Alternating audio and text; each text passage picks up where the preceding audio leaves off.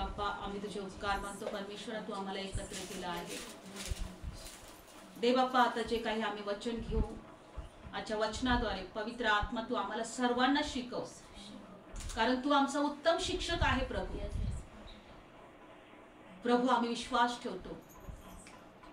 प्रभू येशू जसा म्हटला का मी जातो आणि माझा आत्मा मी तुम्हाकडे पाठवतो, तो तुम्हाला सर्व काही शिकवेल, तो तुमच्या बरोबर राहील, तो तुम्हाला अनाथ असं सोडणार नाही. आणि म्हणून आम्ही प्रार्थना करत आहे की पवित्र आत्मा आम्हाला शिकव. प्रभू पवित्र आत्मा तू आज आमच्याशी बोल. प्रभू आम्हाला तुला ऐकायचं आहे. मूक आमचे असू दे, मूक माझे असू दे, पण प्रभू शब्द तुझे असू दे. आज ऐकणारे प्रत्येक कान आशीर्वादित हो दे, प्रत्येक जीवन आशीर्वादित हो दे.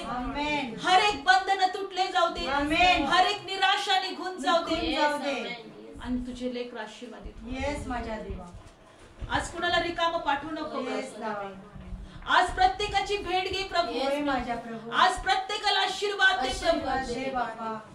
आम्हाला विश्वास आहे की तू सर्व समर्थ आणि जिवंत देव आहे. तू युगानुयुग सारखा राहतो प्रभू. तू कधीही बदलत नाही प्रभू. आम्ही तुझ्यासाठी एकत्र आलोय देवा, कारण आमच्या देवाने आम्हाला पाहावं, आमच्या देवाने आमच्या प्रार्थना ऐकाव्या आणि आशीर्वादित करा. पवित्र आत्मा वचनाद्वारे स्पर्श कर. पवित्र आत्मा वचनाद्वारे प्रत्येक जण आशीर्वादित कर. येशूच्या नावात प्रार्थना करत आहे म्हणून देवा तू ऐक. Amen. Praise Lord. Hallelujah. Bible मध्ये दिले की आज राखीचा बुधवार आहे, हो ना? बायबल मध्ये राखीला काय महत्व आहे आज आपण बघणार आहोत. Praise Lord. लक्षपूर्वक ऐका. राख काय आहे हे जर आम्ही समजून घेतलं तर आम्हाला कळेल प्रभू येशू बद्दल. ठीक आहे. आणि म्हणून बायबल मध्ये दिलेलं आहे की आपण राखीचा बुधवार, आज राखीचा बुधवार. काही लोक काय करतात की राखीचा बुधवार आज चर्च मध्ये काही ठिकाणी काही चर्च मध्ये राख आणतात आणि कपड्याला लावतात, हो की नाही? राख एक गोष्टीचं प्रतीक आहे की माणूस त्याचं शरीर जेव्हा मृत होतं तेव्हा ती राखच होणार, मातीच होणार, आणि माती पुन्हा बायबल सांगतं की मातीला मिळेल आणि देवाचा आत्मा देवाजवळ जाईल. दुसरी गोष्ट, राख ही राखीला एक असं एक महत्व आहे की बायबल मध्ये दिलेलं आहे की किती लोकांना माहित आहे की एखाद्या मैत्यावर गेल्यानंतर, एखाद्या ठिकाणी अशुद्ध ठिकाणी गेल्यानंतर, किंवा एखादी बाई डिलिव्हरी झाल्यानंतर आपण विटाळ पाळतो की नाही? मैत्याला गेलं, बाई मैत्यावरून आली म्हणून आपण कुणाला हात लावू देत नाही, हो की नाही? आहे की नाही अशी गोष्ट? मैत्यावर जर गेलं तर अरे जवळ नको येऊ, आंघोळ करायची मला अजून, असं म्हणतो की नाही? होय ना? आणि मग आपण बघणार आहोत, मग अशा व्यक्तीला शुद्ध होणं गरजेचं आहे. अशा व्यक्तीला शुद्ध होणं गरजेचं आहे. जर अशी व्यक्ती शुद्ध झाली नाही तर ती जर अशुद्धच राहिली तर तिला अशुद्ध आत्मे पिडतात. काय करतात? तिला अशुद्ध आत्मे पिडतात. म्हणून आम्हाला शुद्ध होणं गरजेचं होतं. मग अशुद्ध व्यक्ती मंदिरात जोपर्यंत त्याचं शुद्धीकरण होत नाही तोपर्यंत तो मंदिरात येऊ शकत नाही, पवित्र स्थानमध्ये देवाच्या मंदिरात येऊ शकत नाही, धार्मिक स्थानामध्ये किंवा एखाद्या प्रोग्राम मध्ये तो जाऊ शकत नाही, लोकांमध्ये तो मिक्स होऊ शकत नाही. कारण तो कसा असतो? तो अशुद्ध असतो. कसा असतो? अशुद्ध असतो. मग अशा व्यक्तीला शुद्ध करण्यासाठी कोणती विधी होती आपण देवाच्या वचनातून पाहणार आहोत. अशा व्यक्तीला शुद्ध करण्यासाठी कोणती विधी होती? विचार करा. जर आम्ही शुद्ध झालो नाही तर आम्हाला दुष्ट आत्मे पिडल्याशिवाय राहणार नाही. हा, दुष्ट आत्मे आम्हाला त्याच्या बंधनात ठेवल्याशिवाय राहणार नाही. दुष्ट आत्मे आमच्या जीवनात आजार, त्रास, श्राप सगळ्या गोष्टींनी आम्हाला पिडून टाकणार. आणि म्हणून आज आम्हाला हे सत्य कळणं गरजेचं आहे की आम्ही आता शुद्ध आहोत किंवा अशुद्ध आहोत. प्रेज ला हालेलुया. आणि म्हणून एका वचनात जाणार आहोत. आज आपण बघणार आहोत का राखीला काय महत्व आहे, राख कशाच्या उपयोगाची होती. प्रेज ला बायबल मध्ये दिलेलं आहे. पहिल्यांदा आपण काढणार आहोत गणनाचं पुस्तक 19 अध्याय. गणनाचं पुस्तक 19 अध्याय. राखीला कशाचं महत्व होतं, काय महत्व होतं, राख कशाच्या उपयोगाची होती. आज राखीचा बुधवार आहे आणि राखीविषयी आपण जाणून घेणार आहोत. गणना 19 अध्याय सर्वांनी काढूया. गणना 19 अध्याय.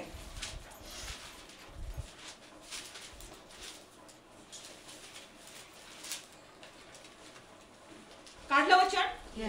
सगळ्यांनी लक्षपूर्वक ऐका, कारण की जर आम्हाला हे वचन कळालं तर तुम्ही देवाला गौरव द्याल, देवाला धन्यवाद द्याल, देवाचे उपकार मानाल आणि देवाच्या उपस्थितीमध्ये नेहमी राहाल आणि आशीर्वादित व्हाल. आमेन. प्रेज ला. हालेलुया. आपण सुरुवातीपासून पहिल्या वचनापासून वाचूया. यहोवा म्हणजे परमेश्वर मोशेशी अहरोनाशी बोलला. तो म्हणाला, जो विधी परमेश्वराने आज्ञा करून सांगितला त्याचा नियम हाच आहे. तो इस्रायलच्या संतांशी बोलला, त्यांना सांग की तांबड्या रंगाची निर्दोष कालवड, जिला काही खोड नाही, जिच्यावर जू घातलं नाही, अशी तुझ्याकडे आणावी आणि तुम्ही ती एलाजर याजकाला द्या. मग त्याने तिला छावणीच्या बाहेर आणावे. कोणी एकाने तिला त्याच्यासमोर कापावे आणि एलाजर याजकाने तिचे रक्त घेऊन आपल्या बोटाने सभा मंडपाच्या पुढच्या बाजूकडे तिचे रक्त 7 वेळा शिंपडावे आणि कोणी एकाने ती कालवड त्याच्या डोळ्या पुढे जाळावी. तिचे कातडे, तिचे मांस, तिचे रक्त, तिचे शेण हे सगळं जाळावी आणि मग याजकाने गंधसरूचे लाकूड, यजोप, झुडूप, किरमिजी रंगाचे कापड घेऊन त्या कालवडीच्या जाळण्यामध्ये टाकावी आणि मग याजकाने आपली आंघोळ करावी. बघा या ठिकाणी बायबल मध्ये दिलेला आहे की बायबल सांगतं परमेश्वराने एक विधी सांगितला. एक निर्दोष कालवड घेऊन ये. ती तांबड्या रंगाची असली पाहिजे, तिच्यावर कोणतं खोड असलं नाही पाहिजे, कोणत्याही प्रकारचं तिच्यावर ओझं घातलेलं नाही पाहिजे, एकदम कोरी पाहिजे. ती कशी पाहिजे? कोरी. खोड नाही पाहिजे, काही असं चिन्ह नाही पाहिजे, तिचा कान कापलेला पाहिजे नाही, तिचा हात तुटलेला नाही पाहिजे, पाय तुटलेला नाही पाहिजे, कशाही प्रकारचं तिच्यावर ओझं पण घातलेलं नाही पाहिजे. अशा प्रकारची कालवड तुम्ही काय करा, घेऊन या आणि घेऊन आल्यानंतर बायबल मध्ये दिलेलं आहे की तिला कापायची. काय करायची? कापायची. छावणीच्या बाहेर नेऊन. हा, कुठे नेऊन? छावणीच्या बाहेर. छावणी म्हणजे जिथं तुम्ही राहता त्या ठिकाणी नाही, बाहेर नेऊन, वेशीच्या बाहेर. कापल्यानंतर तिचं रक्त घ्यायचं. काय घ्यायचं? रक्त घ्यायचं आणि रक्त सभा मंडपाच्या पुढच्या बाजूकडे 7 वेळा शिंपडा. काय करायचं ते? तिचं रक्त काय करायचं? 7 वेळा शिंपडायचं. 7 वेळा शिंपडायचं. ही विधी कशासाठी होते माहितीये का? दुष्ट आत्मा आमच्या जवळ येऊ नये म्हणून. हा, ठीक आहे. पण बायबल मध्ये दिलं पुढच्या वचनामध्ये, कोणी एकाने तरी ती कापायची. काय करायची? कोणी एकाने तरी मग कापायची. तिला कापायची. कापल्यानंतर त्या कालवडीला जाळायची. काय करायची? जाळायची. जाळण्यामध्ये ते काय काय टाकायचं माहितीये? गंधसरूचं म्हणजे एक चंदनाचं लाकूड, त्याच्यानंतर यजोपचं झुडूप, किरमिजी रंगाचे कापड हे कालवाडीच्या जाळण्यामध्ये टाकायची. तिला जाळायची. काय करायची? तिला जाळायची. मग याजकाने आंघोळ करावी आणि मग त्याने छावणीत परत यावे.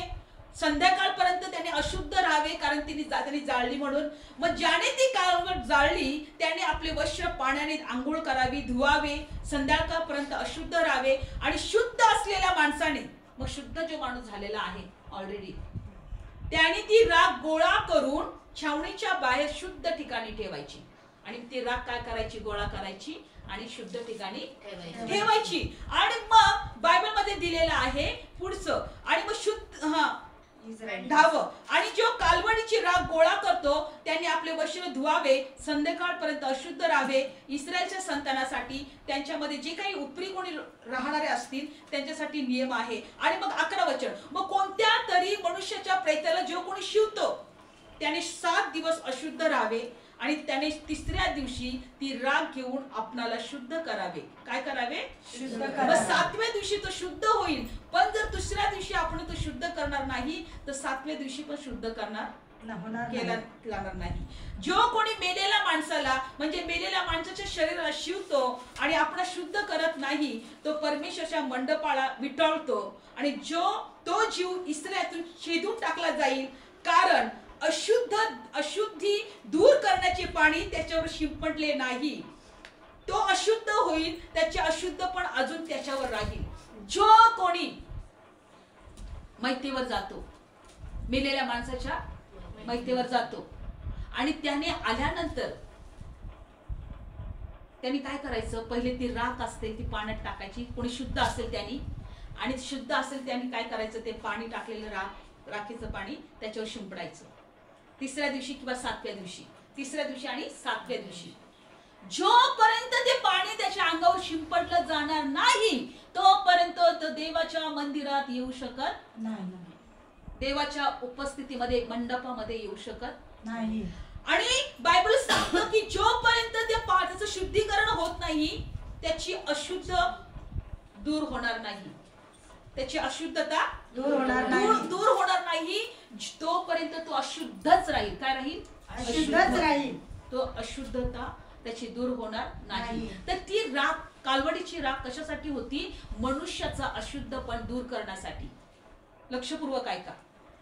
जर एखादा माणूस जर अशुद्धच राहिला तो देवाच्या उपस्थितीत येऊ शकत नाही, लोकांमध्ये जाऊ शकत नाही, तर त्याला त्या कालवडीच्या राखीची त्या पाण्यामध्ये टाकून शिंपडण्याची गरज होती. Press Lord. लक्षपूर्वक ऐका. आलं तुमच्या? हो. कालवडीची राख कशासाठी होती? अशुद्ध करण्यासाठी, अशुद्धता दूर करण्यासाठी. Press Lord. आणि तेव्हाच तो माणूस पवित्र स्थानात जाऊ शकत होता, देवाच्या मंदिरात जाऊ शकत होता, जेव्हा तेव्हा अशुद्धता दूर होईल. तेव्हा अनेक प्रकारची अशा प्रकारचे जो व्यक्ती अशुद्ध होईल, एखाद्या विटाळलेल्या बाईला तरी स्पर्श झाला तर त्याने पण स्वतःचं शुद्धीकरण करायचं त्या राखेच्या द्वारे, कालवडीच्या राखेच्या द्वारे. पण बायबल सांगतं की आज आम्हाला त्याची गरज नाही, आज त्या राखीची गरज नाही. कारण वचनात जाणार आहोत. इब्री लोकांपत्र काढूया आपण वचन 9वा अध्याय. इब्री लोकांपत्र 9वा अध्याय. इब्री लोकांपत्र 9वा अध्याय. बायबल सांगतं की त्या कालवडीची जागा कोणी घेतली आहे माहिती तुम्हाला? प्रभू येशूने. हालेलुया. इब्री लोकांपत्र 9वा अध्याय या वचनामध्ये असं दिलेलं आहे. काढूया आपण वचन. इब्री लोकांपत्र 9वा अध्याय. काढलं वचन सर्वांनी? काढूया इब्री लोकांपत्र आणि काढूया आपण वचन 13 वचन वाचूया. बकऱ्याचे आणि गोऱ्याचे रक्त आणि विटाळल्यांवर शिंपडली जाते ती कालवडीची राख, ही जर देहाची शुद्धता होईल असं पवित्र करतात, तर ज्याने सार्वकालिक आत्म्याकडून निष्कलंक अशा स्वतःच देवाला अर्पिले, त्या ख्रिस्ताचे रक्त तुमच्या विवेक भावास जिवंत देवाची सेवा करण्यासाठी निर्जीव कर्मापासून किती विशेष करून शुद्ध करील.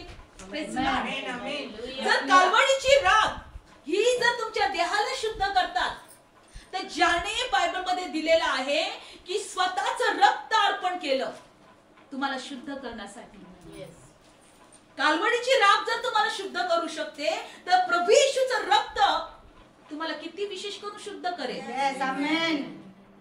आज 2025 वर्षापूर्वी येशू ख्रिस्त जगामध्ये आला आणि त्यांनी स्वतःच्या देह अर्पणाच्या द्वारे आम्हाला पवित्र केलं. काय केलं? पवित्र केलं. आणि म्हणून एका वचनामध्ये दिलेलं आहे 10वा अध्याय 10वं वचन की यामध्ये असं दिलंय की त्याच्या एकदाच झालेल्या देह अर्पणाच्या द्वारे आम्ही काय झालेलो आहोत. 10वा अध्याय 10वं वचन काढलं.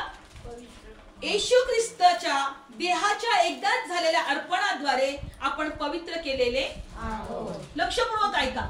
येशू ख्रिस्ताच्या एकदाच झालेल्या देहार्पणाच्या द्वारे आपण पवित्र केले गेलेले म्हणा. येशू ख्रिस्ताच्या एकदाच झालेल्या अर्पणाच्या द्वारे आपण पवित्र केलेले आहोत.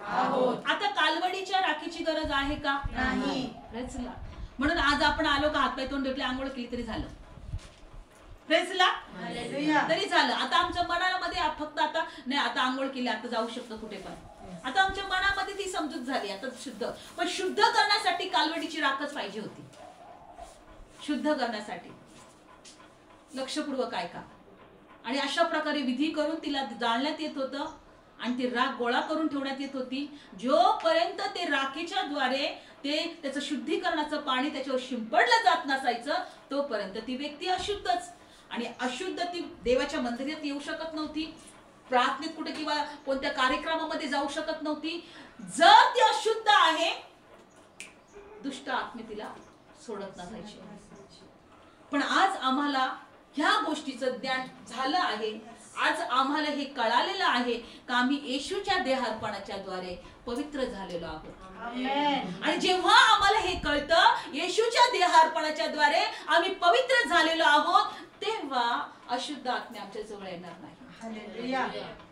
अशुद्ध आत्मे आमच्या जवळ येणार नाही.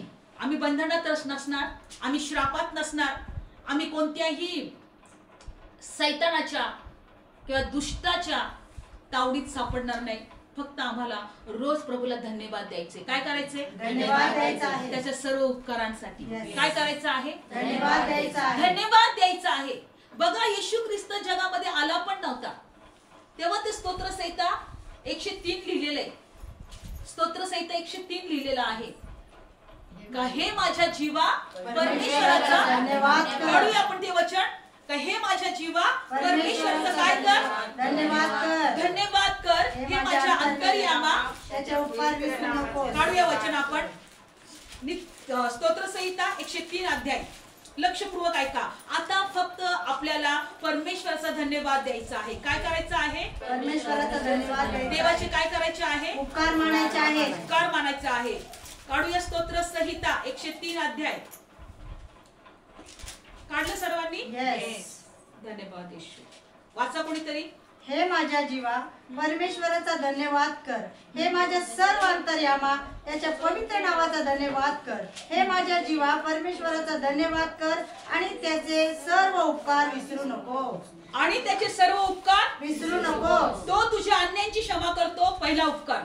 Yes. तो तुझे रोग बरे करतो, दुसरा उपकार. Yes. तो तुझा जीव नाशापासून खंडून घेतो, तिसरा उपकार. Amen. तो तुला प्रेम द्यायचा, करुणेचा मुकुट घालतो, चौथा उपकार. Yes. तो तुझं आयुष्य उत्तम पदार्थांनी तृप्त करतो आणि तुझे तरुण पण गरुडासारखे होते, हा पाचवा उपकार. आमेन. म्हणून आम्हाला काय करायचे? त्याचे उपकार मानायचे आहे. Yes. त्याचे उपकार मानायचे आहे. लक्षपूर्वक ऐका. जर आमच्या प्रार्थना देवाने ऐकल्या तरच आपण उपकार मानतो. कधी कधी लोक तर ते पण उपकार मानत नाही. त्याच्यासाठी पण उपकार मानत नाही. आम्ही काम करतो, आम्हाला काम करण्यासाठी परमेश्वर शक्ती देतो, Yes. ताकद देतो, उत्तम आरोग्य देतो. त्यासाठी तरी आम्ही उपकार मानतोय का देवाचे? त्याच्यासाठी तरी नाही मानते. त्याच्यासाठी पण आम्ही देवाचे उपकार मानत नाही. विश्वास ठेवा, आमच्यावर देवाचे कितीतरी उपकार आहेत. विचार करा, ज्या प्रभूने स्वतःचं देह अर्पण केलं कारण आम्ही पवित्र व्हावा, ती केवढी मोठी कृपा आहे आमच्यावर देवाची. किती मोठी कृपा आहे ती देवाची आमच्यावर. आम्ही पवित्र त्याच्यामुळे झालो आहोत, आमच्या कर्मामुळे नाही, आमच्या चांगल्या कृत्यांमुळे नाही, Yes, yes. आमच्या धार्मिक कामांमुळे नाही, Yes. येशूच्या देह अर्पणाच्या Yes, amen. मग आम्ही किती त्याचे उपकार. पण मी म्हणते की का लोक आज ते उपकार किंवा कणवाळू ते हृदय देवाच ते त्यांच्याकडे नाहीये. आज अनेक ठिकाणी लोक देवाचा आशीर्वादाचा अनुभव घेत नाही कारण ते देवाचे उपकारच मानत नाही. ते देवाचे उपकारच मानत नाही. आम्हाला नोकरी लागली तरी आम्ही उपकार मानणार नाही, आम्हाला आरोग्य मिळाले तरी आम्ही उपकार मानणार नाही, आम्ही ठणठणी चांगले असलो तरी उपकार मानणार नाही, आम्ही चांगले खातोय पितोय चांगले फिरतोय तरी उपकार मानणार नाही, रोज सकाळी नवीन दिवस प्रभू आम्हाला दाखवतोय तरी आम्ही उपकार मानणार नाही. उपकार मानायला शिकूया आता. Praise the Lord. Hallelujah. उपकार मानायला शिकूया. Yes. जसं उपकार मानायला शिकाल ना तसं तुमच्या जीवनामध्ये आशीर्वाद मिळतो. Amen. तसं तुमचे आशीर्वाद मोकळे होते. Hallelujah. Praise the Lord. तो आमचा जीव नाशापासून खंडून घेतो. आमचा जीव नाश होणार नाही, नरकात आमचा जीव जाणार नाही, सैतानाच्या तावडीत आमचा जीव जाणार नाही. म्हणून त्याने आमचा जीव खंडून घेतलेला आहे. काय केलेला आहे? खंडून घेतलेला आहे. त्याचं रक्त देऊन विकत घेतलेला आमचा जीव. Praise the Lord. Hallelujah. तरी आम्ही उपकार मानत नाही. कितीतरी देव आमच्या प्रार्थना ऐकतो पण आम्ही उपकार मानत नाही. आज आम्हाला शिकायचं आहे देवाला उपकार मानणं. कालवडीची राख नाही, येशूचं रक्त स्वतः वाहिलं गेलं आहे आम्हाला पवित्र करण्यासाठी. तुम्हाला वाटेल की आम्ही आठवड्यातून एक दिवस उपवास करतो, खूप मोठी गोष्ट करतो. काय फरक पडतो एक दिवस उपवास करून? समजा तुम्ही संध्याकाळी खाता, एकच टायमाचं जेवण तुम्ही सोडता, एकच टायमाचं जेवण सोडता दिवसभरातून. बरं ते सोडल्यानंतर देवाला त्याचा काय फायदा आहे का? तुम्ही एक वेळचं जेवण सोडल्यावर काहीच नाही. Praise Lord. तुम्ही एक वेळचं जेवण सोडल्यावर देवाला काही फायदा होईल का? काहीच नाही. देवाची संपत्ती वाढणार आहे का स्वर्गामध्ये? नाही. Praise Lord. हालेलुया. पण आज आपण शिकणार आहोत, जर उपवास धरायचा असेल तर कशा प्रकारे आम्हाला उपवास धरायचा आहे. आपण यशाचं पुस्तक 58 अध्याय, आपण कालवडची राख पाहिली, आपण देवाचे उपकार पाहिले. आता आपण आपला उपवास कसा धरायचा आहे आपण ते बघायचं आहे. Praise Lord. हालेलुया. यशाचं पुस्तक 58 अध्यायामध्ये जाणार आहोत आणि आपण आज शिकणार आहोत यशाच्या पुस्तकामध्ये की उपवास कसा धरला पाहिजे. तरच आम्हाला त्या उपवासाचं काय मिळेल? प्रतिफळ मिळेल. प्रतिफळ मिळेल. यशाचं पुस्तक 58 अध्याय काढूया आपण वचन. यशाचं पुस्तक 58 अध्याय. धन्यवाद येशू. लक्षपूर्वक ऐका. आम्ही कशाला उपवास केला तू पाहत नाही. यशाचं पुस्तक 58 अध्याय 3 वचन. लक्षपूर्वक ऐका. लोक म्हणतात आम्ही कशाला उपवास केला तू पाहत नाही, आम्ही आपल्या जीवाला कशाला पीडा दिली तू लक्षात घेत नाही असे ते म्हणतात. पण तुम्ही आपल्या उपवासाच्या दिवशी स्वतःच्या गोष्टीत आनंद पावता आणि सर्व कामकारांना श्रमविता. उपवासाच्या दिवशी पण स्वतःच्या गोष्टीमध्ये आनंद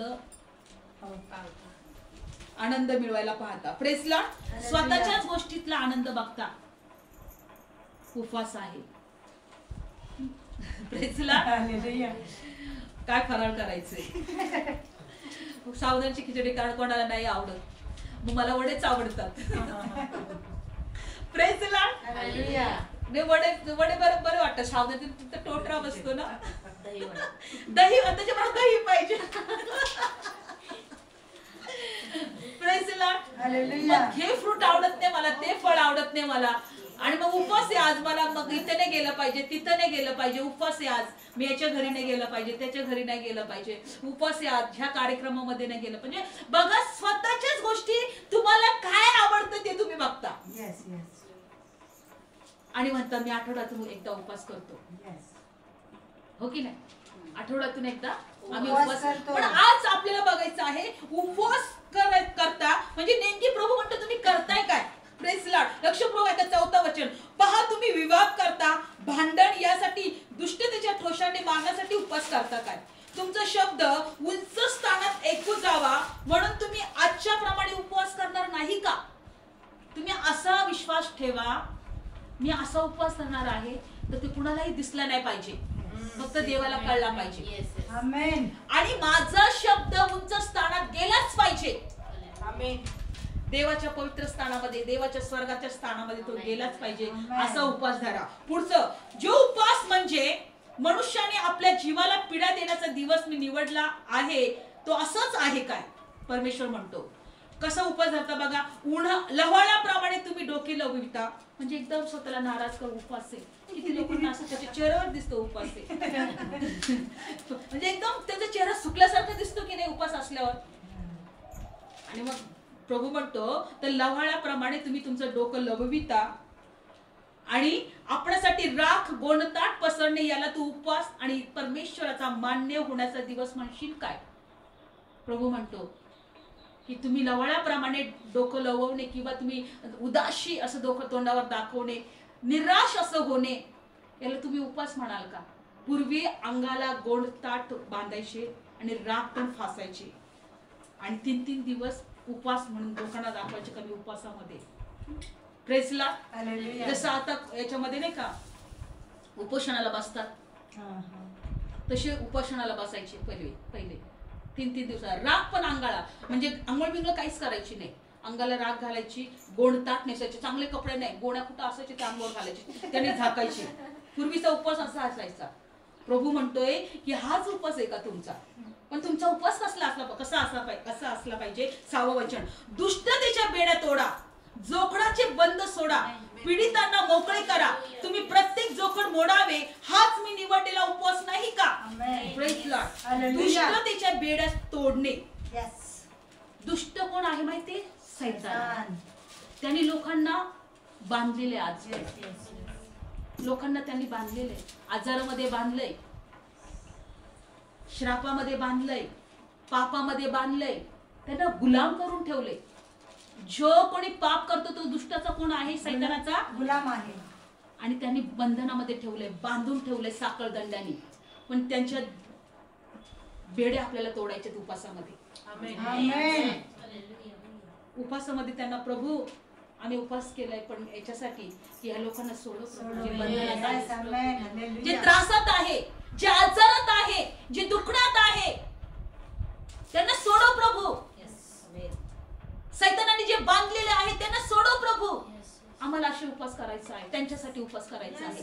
दुष्टतेच्या बेड्या तोडणे, जोखडाचे बंद सोडणे, ज्यांना बांधून आहे त्यांना सोडायचं. येशू ख्रिस्त तुला सोडत आहे, येशू तुला मोकळं करत आहे. आमेन, आमेन. त्यांचे जोखड तोडा. पुढचं, तुम्ही प्रत्येक जोखड मोडावे हाच निवडलेला उपवास नाही का?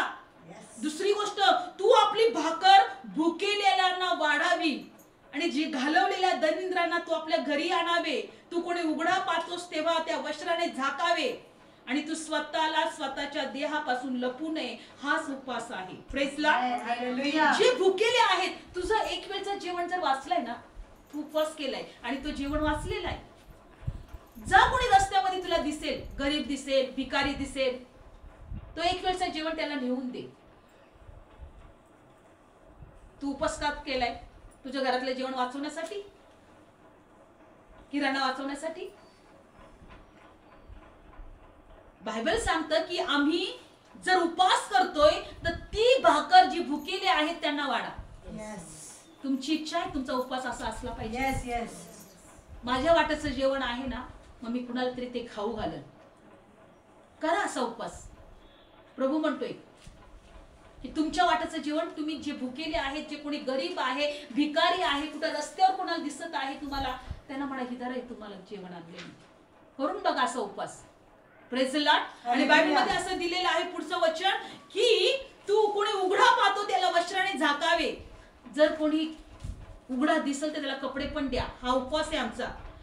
आणि स्वतःच्या देहापासून लपू नको, स्वतःला स्वतःच्या देहापासून लपू नये, हाच तो उपवास. स्वतःला स्वतःच्या देहापासून लपू नये म्हणजे काय आहे? आम्ही खूप कुठेतरी गर्व आलाय, किंवा आम्ही कुठेतरी लोकांशी भांडणं करत आहोत, वाईट वागत आहोत, किंवा आमच्यामध्ये कुठेतरी काही गोष्टी चांगल्या नाहीयेत, तरी आम्ही काय म्हणतो? नाही बाबा मी खूप चांगली आहे, ती खूप वाईट आहे. बोलतो की नाही? मी खूप चांगली आहे, ती बरोबर नाहीये, तो व्यक्ती बरोबर नाहीये, तो आघाव आहे, मी चांगला आहे, तो वाईट आहे, मी खूप चांगला आहे. म्हणजे आम्ही स्वतःला काय करतो? लपवतो. आम्ही दुसऱ्यांचे दोष पाहतो पण आमचे दोष आम्हाला दिसत नाही. म्हणून बायबल सांगतं की तुझ्या भावाचे दोष पाहू नको, स्वतःच्या डोळ्यातली पुसळ पहिले काढ. म्हणून आज आपल्याला एक गोष्ट शिकायचं आहे, उपवासामध्ये स्वतःचं निरीक्षण करायचं. प्रभू माझ्यामध्ये ज्या गोष्टी तुला आवडत नाही, माझ्यामध्ये वाईट विचार तुला आवडत नाही, माझ्या मुखातले शब्द जे वाईट आहेत ते तुला आवडत नाही, माझ्यामध्ये जो काही वाईट स्वभाव आहे, जो देवा तुझ्यापासून जो स्वभाव नाही, तो माझ्यामध्ये जो आवडत नाही, तो माझ्यापासून दूर कर. असं आम्ही म्हटलं पाहिजे. पण नाही, मी तसं नाहीच. याला स्वतःच्या देहाला लपवणं आहे म्हटलं. मी असं कधीच वागत नाही, खोटं कधीच बोलत नाही, हे स्वतःला लपवणं आहे. म्हणून आज उपवासाच्या दिवशी पहिली गोष्ट, भुकेल्यांना वाढलं पाहिजे जेवण. दुसरी गोष्ट, जे कोणी उघडा असेल त्यांना कपडे पण द्या तुमच्याकडे नेऊन, ज्याला कपडे नाही. तिसरी गोष्ट, स्वतःच्या देहाला स्वतः लपवू नका. आणि आपण सुरुवातीला पाहिलं की दुष्टाच्या बेड्या तोडणे. दुष्टाने ज्याला बांधून ठेवलेलं आहे तुमच्या प्रार्थनेत, उपासामध्ये, त्याला मोकळीकता द्या, त्याचे जोखड तोडा. Praise Lord. लक्षपूर्वक ऐका, तरच आमचा उपवास कसा असेल. पुढच्या वचनात बघा, 8. मग तू असे करशील तेव्हा पहाटेप्रमाणे तुझी प्रभा फाकेल, तुझे आरोग्य लवकर उगवेल, आणि तुझे न्याय पण तुझ्या पुढे चालेल. परमेश्वरचा महिमा तुझा पाठीराखा होईल. आमेन. Praise the Lord. हालेलुया. तू असे करशील तेव्हा तुझी प्रभा फाकेल, तुझं आरोग्य लवकर उगवेल, तुझे न्याय पण तुझ्या पुढे चालेल. परमेश्वरचा महिमा तुझा पाठीराखा होईल. 9 तेव्हा तू हाक मारशील तेव्हा तो उत्तर देईल. आमेन. तू आरोळी करशील तेव्हा तो म्हणेल मला पहा. आमेन. Praise the Lord. हालेलुया. तू आरोळी मारशील तर म्हणेल मला पहा. तुझं आरोग्य लवकर उगवेल. सांगा ना, आम्ही देवासाठी काय करत आहोत? देवाकडून आम्हाला प्रार्थनेचं उत्तर पाहिजे असतं. आम्ही प्रार्थना केली का देवाने ऐकलं पाहिजे. प्रभू तू आहेस तर का आमच्या प्रार्थना ऐकत नाही? का आमच्या प्रार्थनेचं तू उत्तर देत नाही? का आम्ही आतापर्यंत एवढ्या त्रासात आहोत, दुःखात आहोत, निराशात आहोत? लक्षपूर्वक ऐका. जर आपण चुकीचे आहोत तर प्रभूला ते पण म्हणा की प्रभू मला क्षमा कर. तो आमच्या अन्यायांची क्षमा करतो, पण आम्ही अन्याय मानलं पाहिजेत ना, तर तो क्षमा करेल ना. आमची इच्छा आहे की प्रभूने आम्हाला बरं करावं, आरोग्य द्यावं, आमच्या प्रार्थना ऐकाव्या, पण आम्हाला देवाचं नाही ऐकायचं. देव काय बोलतोय त्याच्याशी आम्हाला काही घेणं देणं नाही. Praise the Lord. हालेलुया. पण देवाने फक्त आमचंच ऐकलं पाहिजे. मला खूप जेव्हा आम्ही वचन वाचत होते, मी म्हटलं प्रभू आम्ही खूप कमी आहोत, आम्ही कमी पडतोय प्रभू, आम्ही कमी पडतोय प्रभू, आम्ही वचनाप्रमाणे जगायला कमी पडतोय प्रभू. इतक्या मोठ्या गोष्टी प्रभू स्वतः आमच्यासाठी देह अर्पण झाला आम्हाला पवित्र करण्यासाठी. आम्ही काय केले? आम्ही उपकार पण मानायला कमी पडतोय. उपकार तरी मानतोय आम्ही पण पटकन देवाला. आम्हाला जे काही प्रभू आशीर्वाद देतो, आम्हाला आरोग्य देतो, आम्ही उत्तम पदार्थ खाऊ शकतो. काही लोकांच्या तोंडाला चव पण लागत नाही. काही लोक खाल्लं का उलट्या करतात. काही लोकांना दवाखान्यात गेलं का नळी घातलेली त्यांना ज्यूस टाकतात. पण आपण किती उत्तम उत्तम पदार्थ खाऊ शकतोय, पण त्याचेही सुद्धा उपकार मानत नाही देवाचे. त्याच्यासाठी पण आपण देवाचे उपकार मानत नाही. कितीतरी गोष्टी आमच्यामध्ये कमी आहेत, पण आपण म्हणतो देवा तू असता तर माझ्या प्रार्थना ऐकल्या असत्या, तू जिवंत असता तर मला प्रार्थनेचं. पण असं का म्हणत नाही की प्रभू मी खूप कमी आहे, मला घडव, मला तयार कर, मला शिकव प्रभू. मी म्हणत आहे मला शिकव प्रभू, मला शिकायचंय.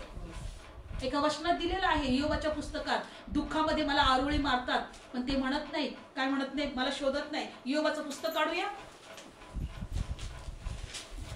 इयोबाच्या पुस्तकामध्ये दिलेलं आहे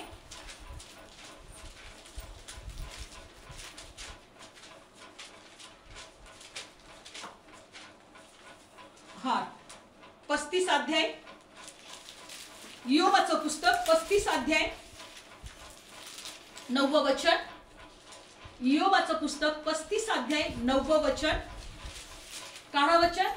इयोबाचं पुस्तक 35 अध्याय आणि 9 वचन. काढलं सर्वांनी? पुष्कळ पीडांमुळे ते ओरडतात. कशामुळे ओरडतात? पीडांमुळे. बलवानांच्या बाहूमुळे ते सहाय्यासाठी आरोळे करतात. बलवानांचे बाहू पण म्हणजे दुष्टाचे बाहू, म्हणजे त्याची ताकद. त्याच्यामुळे ते सहाय्यासाठी काय करतात? आरोळी करतात. परंतु कोणी असं म्हणत नाही का देव माझा निर्माण करणारा, जो रात्री गीते देत असतो, ज्याने आम्हाला भूमीतल्या पशुपेक्षा अधिक शिकवले, आकाशातल्या पक्ष्यांपेक्षा आम्हाला अधिक विद्वान केले, तो कोठे आहे? परमेश्वर म्हणतो की मला पीडांमुळे मला ओरडतात, मला हाक मारतात. त्यांना जेव्हा पीडा होते, त्यांना त्रास होतो, तेव्हा मला हाक मारतात, माझ्याकडे प्रार्थना करतात, सहाय्यासाठी आरोळी करतात. पण कोणी म्हणत नाही जो मला निर्माण केलं, ज्याने, जो रात्री गीते देतो, ज्याने आम्हाला भूमीतल्या पशुपेक्षा अधिक शिकवले, आकाशातल्या पक्ष्यांपेक्षा आम्हाला अधिक विद्वान केले, तो कोठे आहे? शोधता कोणी देवाला? मला ज्याने निर्माण केलं, ह्या पृथ्वीवरचे जे पशु आहेत, पशुंपेक्षा तुम्ही अधिक आहात की नाही? विद्वान आहात की नाही? पशुपेक्षा तुम्हाला जास्त बुद्धी आहे की नाही? बायबल सांगतं की मनुष्य सर्वात जास्त बुद्धिमान प्राणी आहे. आणि एवढंच नाही तर तो देवाच्या स्वरूपासारखा आहे. मग ते का म्हणत नाही मनुष्य की मला माझा निर्माण करणारा कोठे आहे? पण आज मनुष्य कसं झालंय? मला देवाची गरज नाही. मला जसं जगायचं तसं मी जगेल, माझ्या इच्छाप्रमाणे जगेल, माझ्या बुद्धीप्रमाणे मी जगेल. मला कामाला जावं लागेल तरच मी खाईल, किंवा मी माझ्या इच्छाप्रमाणे जसं स्वप्न बघेल किंवा जसं माझे स्वप्न असतील ते मी पूर्ण करेन. पण इथं देवाला तो शोधत नाहीये. इथं देवापुढे तो नम्र होत नाही. इथं देवाला तो म्हणत नाही, प्रभू तू माझं निर्माण करताय, मला तुझी गरज आहे, मला तुला शोधायचंय. पुष्कळ पिढ्यामुळे ते ओरडतात, बलवानाच्या बाहूमुळे ते साह्यासाठी आरोळी करतात, पण कोणी म्हणत नाही की माझा निर्माण करणारा कुठं आहे. 12 वचन, तेथे ते आरोळी करतात, पण दुष्टांच्या गर्वामुळे तो त्यांना उत्तर देत नाही. कशामुळे तो उत्तर देत नाही? दुष्टांच्या गर्वामुळे. गर्वामुळे. गर्व म्हणजे स्वतःच्या बुद्धीवर टेकणे, स्वतःच्या शक्तीवर टेकणे, स्वतःच्या धनावर टेकणे. माझा पैसा आहे ना, पैशामुळे मी सगळं काही मिळवू शकेल, घर घेऊ शकेल, आरोग्य घेऊ शकेल, पैशामुळे सगळ्या गोष्टी मी मिळवू शकतो. आज लोकांचा पैसाच देव झालेला आहे. काय झालाय? पैसा देव झालेला आहे. जितके देवाच्या मागे लागत नाही तेवढे पैशाच्या मागे लागतायत लोक. बरोबर बरोबर. बायबल काय सांगत आहे की त्यांच्या गर्वामुळे प्रभू म्हणतो मी ऐकत नाही. गर्व त्यांना झालाय, स्वतःच्या बुद्धीचा गर्व, पैशाचा गर्व, ताकदीचा गर्व. आणि प्रभू म्हणतो मी ऐकत नाही. मी तरी एकच म्हणेल, देवावर बोट उचलण्या अगोदर ना काय कमीपणा आमच्यामध्ये आहे ते बघूया आपण. देव कधीच चुकणार नाही. प्रेझला कधी चुकणार नाही. आज प्रत्येक लोकांना, काही लोकांना वाटतं की आम्हाला देवाची गरज नाहीये, आमच्या हिमतीवर जगू शकतो, आमच्या पैशावर आम्ही जगू शकतो, आमच्या बुद्धीवर आम्ही जगू शकतो. पण नाही, प्रभू म्हणतो की त्यांच्या गर्वामुळे मी ऐकत नाही. पुढचं वचन, मग मी त्याला पाहत नाही असे जेव्हा तू म्हणतोस तेव्हा तो कसं लक्ष लावील? मग म्हणतो मी कुठे त्याला, तो कुठे देव दिसतोय मला? काय म्हणत आहे वचन? मी त्याला पाहत नाही असे तू कसं म्हणतोस? मग तू कसं काय लक्ष लावील? तो म्हणतो नाही, मी कुठं पाहतोय त्या देवाला, मग तो कसं तुझ्याकडे लक्ष लावील? पण तरी प्रभू काय म्हणतोय बघा, वाट त्याच्या समोर आहे म्हणून तू त्याची वाट पहा. तू त्याची काय कर? वाट पहा. परंतु आता त्याने आपल्या क्रोधाने शासन केले किंवा गर्वाकडे तो फारसे लक्ष लावत नाही, म्हणून व्यर्थता बोलण्यास आपले तोंड उघडतो. लक्षपूर्वक ऐका, बायबल मध्ये दिले की त्याची तू वाट पहा. त्याच्या समोर तुझा वाद ठेव. तू त्याच्या समोर काय कर? वाद ठेव. आणि तू त्याची काय बघ? वाट पहा. म्हणून आज आपल्याला एक गोष्ट शिकायचं आहे की त्या परमेश्वराची आम्हाला वाट पाहायची आहे.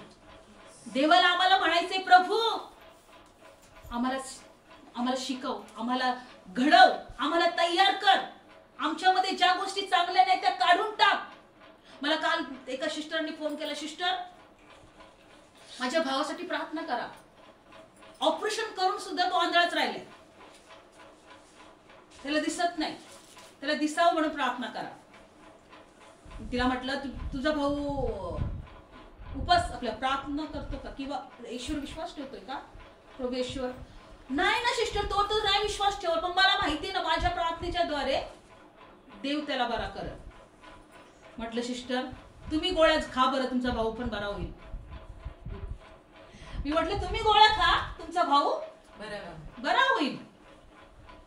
आणि तुम्ही डॉक्टरकडे जा, तुम्हाला त्यांच्या भाऊ जर आजारी झाला तर.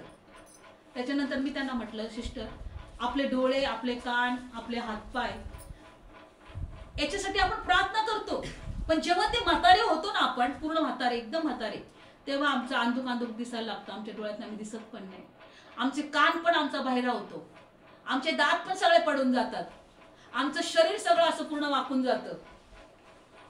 देव तुम्हाला आज बरं करेल, पण म्हातारे झाल्यानंतर या सगळ्या गोष्टी आमच्या हळूहळू कमजोर होऊन जाणार आहे. पण प्रभू म्हणतो की तुम्ही त्याचं राज्य मिळवायला जाता. तुमच्या भावाला आरोग्य देव देईलच, पण तुमच्या भावाचा जीव नाशात जाणार नाही, नरकात जाणार नाही, यासाठी पहिले प्रार्थना करा म्हटलं. तुम्ही हा विश्वास नका ठेवू म्हटलं. की मी प्रार्थना करेल, मी विश्वास ठेवील, तुम्ही फक्त प्रार्थना करा तर तिकडं बरं होईल. तुम्ही जितका तुमच्या भावाला बरं वाटावं असं विश्वास ठेवता आणि वाटतं ना तो नरकात नाही जावं अशी प्रार्थना करा म्हटलं. तुमची लोक नरकात जाऊ नये यासाठी प्रार्थना करा म्हटलं. बघा, आपण ह्या पृथ्वीवर जगत असताना आपल्याला असं वाटतं की आपण मरावंच नाही. किती आजारी असलं तरी ते बाई तो बिछाना जरी पडलेला असला तरी त्यांनी जिवंतच राहावं. बाई नाही, तू मेला नाही पाहिजे, बिछानात का पडून का होईना पण तो जिवंत राहायला पाहिजे. आपण असा विचार करतो. पण आज आपण तो विचार करतो की कोणीच नरकात नाही गेला पाहिजे. बायबल सांगतं दुसरं मरण म्हणजे नरक आहे, सार्वकालिकाचं मरण आहे. हा विचार करतो का हा इथं कितीतरी दिवस जगेल, थोडा दिवस काय 100 काय 150 वर्षही जगेल, पण तिथे तो नरकात गेल्यावर दुसरं मरण म्हणजे नरक आहे. तर काय करायचं? आज आमच्या नातेवाईकांसाठी, आमच्या शेजाऱ्यांसाठी आम्ही रोज संध्याकाळी प्रार्थना करतो, रोज संध्याकाळी बसतो. प्रभू कुणाचा नाश होऊ देऊ नको, प्रभू कुणाला नरकात जाऊ देऊ नको, एकही आत्मा परमेश्वरा त्याचा सैतानाच्या नरकात असू देऊ नको. देवा तू त्यांना जीवन दे. मी त्या बहिणीला म्हटलं, सिस्टर डोळे तर कधी येतील, तर नंतर पण जातील, आता प्रार्थना करायला दिसल, म्हातारा झाल्यावर पण त्याचे डोळे अंधुकच होतील, पण तुम्ही त्यासाठी प्रार्थना जर करायची असेल तर तो नरकात जाऊ नये अशासाठी प्रार्थना करा म्हटलं. हा ना सिस्टर, आज आम्ही अशा प्रार्थना करा. प्रभू माझे लोक व्यसनात आहेत, वाईट बंधनात आहेत, ते देवापासून दूर आहेत, ते नरकाच्या वाटेवर आहेत किंवा सैतानाच्या बंधनात आहेत, दुष्टाच्या जोड्यात तोडायला पाहिजे, शिकलं पाहिजे उपवासामध्ये दुष्टाच्या. कारण दुष्टाने काय केलंय, बेड्या घातलेल्या आहेत आपल्या लोकांना, वाईट गोष्टीमध्ये ठेवलंय, त्यांना पापामध्ये ठेवलेलं आहे, त्यांना व्यसनामध्ये ठेवलेलं आहे, त्यांना भांडकुदळाचा आत्मा त्यांच्यामध्ये घातलेला आहे, एकमेकांना द्वेष करण्याचा, एकमेकांची निंदा करण्याचा, अशा प्रकारे त्यांनी बांधलेले लोकांना. ते देवाचा शब्द ऐकू देत नाहीये. दुष्ट सैतान हा मनुष्याला देवाचा शब्द ऐकू देत नाहीये, देवाच्या जवळ तो येऊ देत नाहीये, पण तो पापामध्येच ठेवत आहे. लक्षपूर्वक ऐका. आज या वचनातून एकच शिकायचंय, उपवासामध्ये उपवास जर करायचे असतील तर आमच्या लोकांसाठी करा, देवाला शोधण्यासाठी करा. उपवास जर करायचा असेल तर आम्हाला स्वतःला बदलण्यासाठी करा. उपवास जर करायचा असेल तर त्या दिवशी आमचं अन्न दुसऱ्याला द्या, अशा प्रकारे उपवास करा. नाहीतर आमच्या उपवासामध्ये आणि जगामध्ये जे उपवास करतात त्या उपवासामध्ये काहीच फरक असणार नाही. जगामध्ये पण उपवास असला, एखादी उपवास किती खातात, बाबा बाबा बाबा, फक्त जेवण सोडतात, फक्त जेवण सोडतात. एवढे त्यांचे आयटम असतात खायला, ते खजूर खातील, लाडू खातील, अजून काय काय काय काय फळं खातील, खिचडी खातील, सगळ्या प्रकारचं खाणं खातात ते, आणि म्हणतात आम्ही उपवास, फक्त भाकर खायचं राहतात आणि म्हणतात आम्ही उपवासामध्ये आहोत. पण आपला जो उपवास आहे ना प्रभूंनी दाखवलेला, तो आम्हाला तयार करण्यासाठी आहे. Praise Lord. आम्हाला घडवण्यासाठी आहे, आम्हाला शिकवण्यासाठी आहे. Praise Lord. आणि म्हणून आमचा उपवास असा असला पाहिजे. डोळे बंद करूया. धन्यवाद येशू. कालवरीची राख आपण पाहिली, कालवडीची राख आपण पाहिली, तर ती कशासाठी होती? येशूच्या एकदाच झालेल्या देहार्पणाच्या द्वारे आपण पवित्र झालेलो आहोत. तर प्रभूने आपल्याला निवडलंय यासाठी की आमचा नाश होऊ नये, आमचा जीव नाशापासून खंडून घ्यावं. डोळे बंद करूया. त्या देवाचे उपकार कधी विसरू नका, त्या देवाला धन्यवाद द्यायला कधी विसरू नका. तो तुमच्यावर लक्ष लावून आहे, त्याचे कान तुमच्याकडे लागलेले आहे. बायबल सांगतं तो कधी झोपी जात नाही आणि कधी डुलकी घेत नाही. धन्यवाद येशू, धन्यवाद येशू. आम्ही तुझे उपकार मानतो प्रभू. देवा आज तुझ्या लेकरांना स्पर्श कर, आज तुझ्या लेकरांच्या हृदयाची इच्छा पूर्ण कर. आज परमेश्वरा त्यांचे दुःख आनंदात बदल. हर एक श्राप तुटले जाऊ दे, हर एक बंधन तुटले जाऊ दे. जे लोक नरकाच्या वाटेवर आहेत प्रभू, ओ परमेश्वरा त्यांना पूर्णपणे तू जागृत कर. त्यांना देवा तुझ्याकडे ओढलं जाऊ दे परमेश्वरा. देवा त्यांना जिवंत देवाची ओळख, देव बाप्पा तुझ्या लेकरांची आठवण कर. आज जे लोक बिछाणात आहेत, दवाखान्यात आहेत, रस्त्यावर आहेत, प्रभू येशू तू त्यांना स्पर्श कर, त्यांना आरोग्य मिळते. तुझ्या लेकरांना आरोग्य मिळते. देव बाप्पा ज्या बहिणीला लेकरं नाही प्रभू येशू तू तिची आठवण कर माझ्या परमेश्वरा. जशी ती तू राहेलची, साराची, रिबिकाची, रेचलची कुसवाहती केली, तसं त्या बहिणीला लेकरं दे. देव बाप्पा आम्ही विश्वास ठेवतो, तू आपल्या लेकरांची इच्छा पूर्ण करणारा देव आहे. देवा आम्ही विश्वासाने प्रत्येक बहीण जिला लेकरं नाहीयेत तिच्या उदरात देवाचं फळ आम्ही स्वीकारतो, देवाचं दान आम्ही स्वीकारतो. देव बाप्पा जे सैतानाने पिडलेले आहेत त्यांना मोकळे करते, जे व्यसनात आहेत, जे प्रभू अनेक पापामध्ये आहेत, पापाच्या गुलामगिरीमध्ये आहेत, येशूच्या नावात ते मोकळे केले जाऊ दे. अनेक सर्व आजारांनी पिडलेले आहेत, टीबी आजार असो, कॅन्सर असो, HIV असो, अनेक आजारांनी जे पिडले येशूच्या नावात ते बरे केले जाऊ. कारण येशूने आमची किंमत मोजलेली आहे. संधिवात येशूच्या नावात आम्ही नाश करतो. ओ परमेश्वर देवा हाडांचा विकार आजार आम्ही येशूच्या नावात नाश करतो. देव बाप्पा तुझ्या लेकरांना मोकळीकता दे, तुझ्या लेकरांना मोकळीकता दे प्रभू, तुझ्या लेकरांना आरोग्य दे बाबा. कर्जाचा आत्मा येशूच्या नावात आम्ही नाश करतो, गरिबीचा आत्मा येशूच्या नावात आम्ही नाश करतो माझ्या देवा. देव बाप्पा आम्ही तुझ्या लेकरांना आशीर्वाद परमेश्वरा. जे लहान लेकर त्यांना तुझ्या भयात आण, तरुण लेकरांना तुझ्या भयात आण, तुझ्या कृपेत त्यांना घे दे, तुझ्या उपस्थितीत त्यांना घे दे, तुझा भय त्यांना प्राप्त होऊ दे. तुझ्या लेकरांना तू दया कर. धन्यवाद धन्यवाद आम्ही सर्वांना येशूच्या नावात आशीर्वाद. धन्यवाद तू आमच्या प्रार्थना ऐकत. आम्ही सर्व गौरव तुला देतो आणि प्रभू येशूच्या नावात प्रार्थना करतो. आमेन. धन्यवाद.